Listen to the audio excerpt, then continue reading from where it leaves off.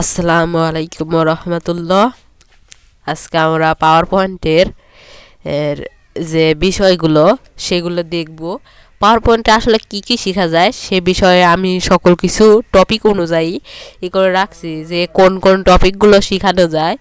সেজন্য দেখি টপিকগুলা দেখে আসি এবং টপিক অনুযায়ী একটু সামারি দেখবো আজকে। যেমন স্লাইড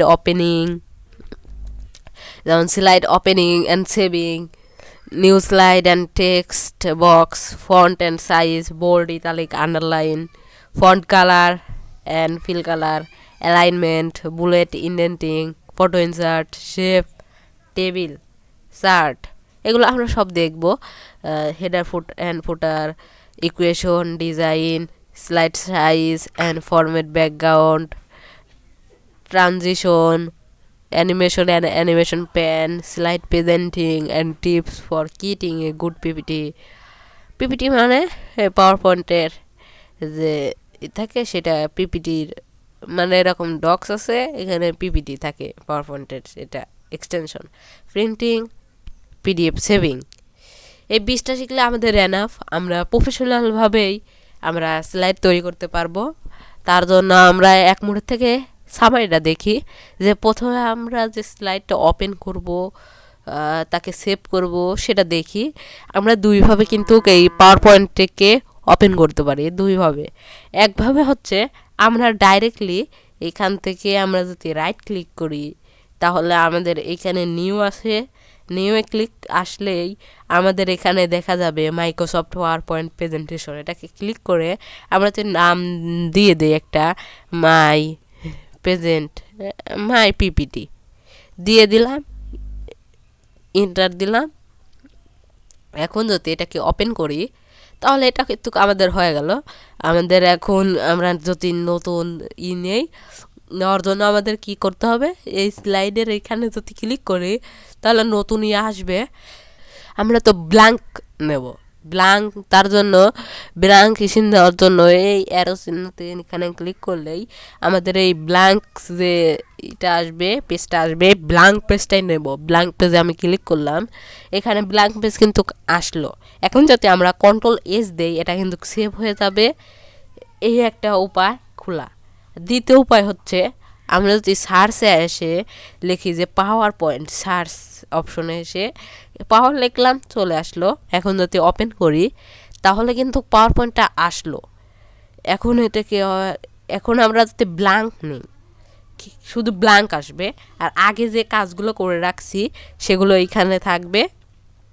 আর এইখানে ওরা অলরেডি তৈরি করছে, মানে ওদের মতো সুন্দর করে ব্যাকগ্রাউন্ড ডিজাইন সব কিছু তৈরি করে এখানে রাখছে। আমাদের যেটা পছন্দ হয় আমরা নিতে পারবো। তাহলে আমরা ব্ল্যাঙ্ক পেজ নিলাম। এখানে অলরেডি এইগুলো দেওয়াই আছে, আমরা এটা চাই না, আমরা চাই হচ্ছে ব্ল্যাঙ্ক পেজ নিলাম, এটাকে কাটে দিলাম। এটা ব্ল্যাঙ্ক পেজ হয়ে গেল। আমরা যে এখন সেভ করতে চাই, কন্ট্রোল-S দিলে এটা কিন্তু আমাদের অলরেডি সেভ করার জন্য সব কিছু চলে আসতেছে। আমরা কোথায় সেভ করব, ধরলাম ডেস্কটপে সেভ করব, ডেস্কটপে ক্লিক করলাম। এখন আমরা ডেস্কটপে তো সেভ করব, কি দিয়ে সেভ করতে চাই, যে প্রেজেন্টেশন 1.pptx। এখন এখানে যদি আমরা সেভে ক্লিক করি এটা কিন্তু সেভ হয়ে যাবে, অলরেডি সেভ হয়ে গেছে। এখন আমরা যদি এইখানে যে পিপিটি এটা কেবল গায়ে আমরা সেভ করলাম। এখন এটাকে আমরা যদি যাই তো দেখতে পারবো, এটাই ওপেন করলাম আমরা। এখন দেখি যে প্রথমে তো আমরা সেভিং ওপেনিং শিখলাম, এখন দ্বিতীয় আমরা কি শিখবো, নিউ স্লাইডে আমরা দেখলাম। এখন আমরা টেক্সট বক্স দেখব।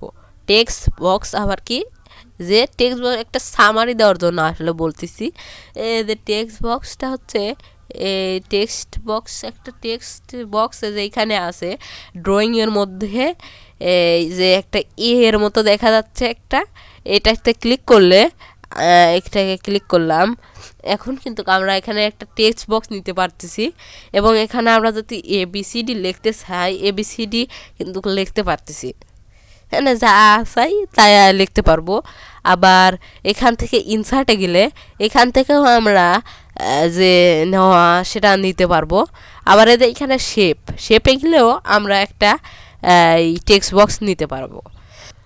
এখন আমরা যদি এখানে এই এইচডিএফ এগুলো লিখি তো আমরা লিখতে পারবো। এখন দেখা যাক আর একটা কি আমাদের ফন্ট অ্যান্ড সাইজ, এগুলো আসলে যদি ওয়ার্ড জেনে থাকি তাহলে আমরা অনেক কিছুই পারবো, যেমন photo insert, shape, table, chart, header footer, equation, ডিজাইনটা একটু আলাদা এটাতে। এই font colour and fill colour, bold, italic, underline, আমাদের খালি শিখতে হবে। মানে যদি আমাদের ওয়ার্ড জানা থাকে তাহলে আমাদের বেশি কিছু জানা লাগবে না। এই slide size, format, background, transition, animation pane, slide presentation, মানে কয়েকটা জিনিস আমরা যদি জানি তাহলেই কিন্তু আমরা ভালোভাবে এই পাওয়ার পয়েন্টের কাজ করতে পারবো। আমরা এখন শুধু সামারি দেখে যাই যে পাওয়ার পয়েন্টে কীরকম কেমন কি। যদি পাওয়ার পয়েন্টের যদি আর একটা জিনিস দেখি তো আমরা ইনসার্টে গেলাম। এখন যদি আমরা শেপ নেই, শেপ কিন্তু আমরা এখান থেকে নিতে পারবো। এখান থেকে শেপ নিয়ে আমরা যে কোনো কিছু আঁকতে পারবো। কিছু আঁকতে হলে যেরকম আমি যদি এখানে কিছু আঁকতে চাই, যে এরকম দিলাম, এখন এইখানে একটা এরকম দিলাম, এটাকে ফরম্যাটে গেলাম, আমি এটাকে কালা করে দিলাম, এটাকে কপি করলাম, পেস্ট করলাম, একটা ইসের মতো বানালাম। এরকমভাবে আমরা অনেক কিছু ডিজাইন করতে পারবো। আজকে আমরা শুধু এই পাওয়ার পয়েন্টে কী করা যায় সেগুলোও একটু দেখব, যে পাওয়ার পয়েন্ট দিয়েও আসলে কি করা যায়। পাওয়ার পয়েন্ট দিয়ে আসলে দেখি যে কি করা যায়, সে ব্যাপারে দেখি। এখন আমরা পাওয়ার পয়েন্টের একটা স্লাইড দেখি যে পাওয়ার পয়েন্টের স্লাইড আসলে কীরকমভাবে তৈরি হয়। আমরা এখন যে পাওয়ার পয়েন্ট যে শিখব, পাওয়ার পয়েন্টে আসলে কী রকম আমরা স্লাইড তৈরি করতে পারবো সের একটা প্রিভিউ দেখি। যে আমরা তো এরকম যে স্লাইডগুলা এটা আমরা প্রেজেন্ট করে দেখাই যে আসলে পাওয়ার পয়েন্টে কীরকম কী করা যায়। যেরকম এখানে একটা পর্দা যাচ্ছে, এখানে যে আমাদের স্বপ্ন স্কুল কম্পিউটার কোর্স, ওকে, এখানে কম্পিউটারের ইতিহাস সম্পর্কে জানানো হয়েছে এই প্রেজেন্টেশনে। এখানে কত সুন্দর করে দেওয়া হচ্ছে অ্যানিমেশনের মাধ্যমে। এইখানে আমরা একটু দেখি যে কি আছে। এখানে আমরা তো সকল কিছু দেখতেছি, যেরকম এক মোড়ের থেকে সব আসতেছে যে কিসের পর কি আসলো, তারপরে কেমন করে কম্পিউটার আবিষ্কার হলো সেই ব্যাপারগুলো দেখাচ্ছে। আমরা দেখি সব কিছু।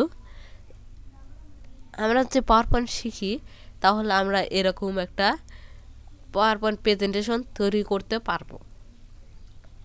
প্রেজেন্টেশন তৈরি করা কঠিন কিছু না, জাস্ট চেষ্টা থাকলে আমরা তৈরি করতে পারবো। অনেক সুন্দরভাবে আমরা জিনিসটা করতে পারবো। যেরকম আমরা যদি কার্টুনও তৈরি করতে চাই তাহলেও আমরা এটা কার্টুন তৈরি করতে পারবো। যেরকম একটা দেখি যে এখন একটা মাউস এই যে ইঁদুর আসলো, এটাও একটা কার্টুনের মতনই হয়ে গেল। আসলে আমরা এরকমভাবে প্রেজেন্টেশনগুলো তৈরি করতে পারবো। তার জন্য আমরা শুধু চেষ্টা থাকতে হবে। তো আমরা একটু দেখি মনিটর, টাচপ্যাড, এরকম কি মাদারবোর্ডের আসলো, কম্পিউটার সফটওয়্যার এগুলা। তো কোনো কোশ্চেন এরকমভাবে একটা প্রেজেন্টেশন তৈরি করা যায়। তো আমরা এরকম যদি প্রেজেন্টেশন তৈরি করতে চাই তাহলে আমাদের পাওয়ার পয়েন্ট শিখতে হবে। শুধু আমাদের চেষ্টা করতে হবে, চেষ্টাটা থাকতে হবে, তাহলেই যথেষ্ট। আসসালামু আলাইকুম ওয়া রাহমাতুল্লাহি ওয়া বারাকাতুহু।